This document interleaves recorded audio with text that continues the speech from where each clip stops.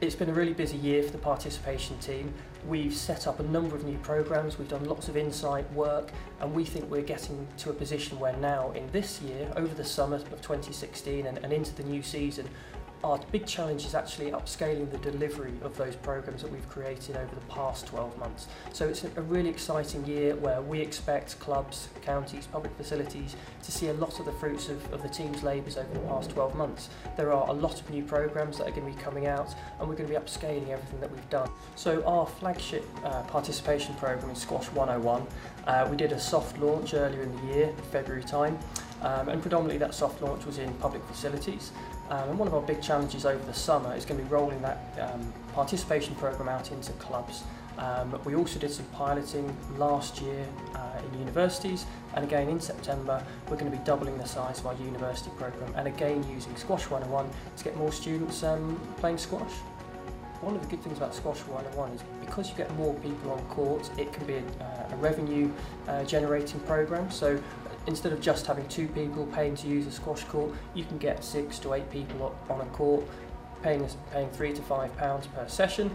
So it helps public facilities generate more revenue. It's great for introducing new people to the game, or people that kind of dip in and out of squash, people that have perhaps played once or twice in the past year but haven't quite got that association to squash. So it's a kind of introductory programme. It's a way of getting people into the game, making sure that it's fun and giving them an opportunity to fall in love with the sport.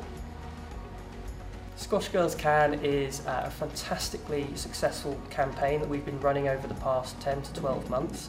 We've got over 1,500 women and girls playing squash through the campaign, and it's one of our real success stories.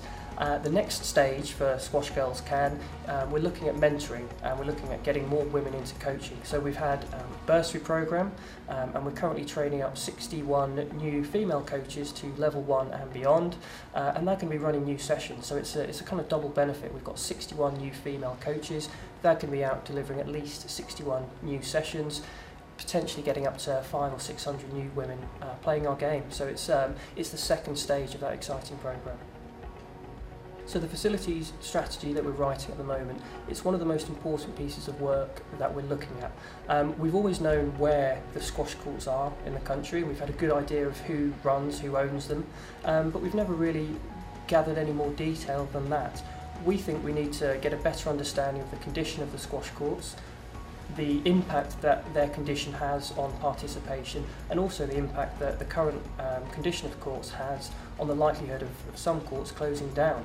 The next part of it is understanding what role England squash can play in influencing decisions to potentially close squash courts, what impact we can have on improving the quality of the courts, and where we can build stronger relationships with those organisations that operate and own the 4,000 squash courts that we have around the country.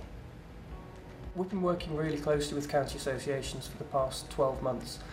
One of the things we've done was set up the new regional forums and of course the national forum. We've reached the end of the first year of working in this new way. Over the summer we're going to be reviewing both the regional and the national forums, trying to understand what the counties need from England squash, how we can refine that relationship, and what we can do next season to make the regional and national forums more effective, how we can help them achieve more and have a bigger impact on the grassroots of the game.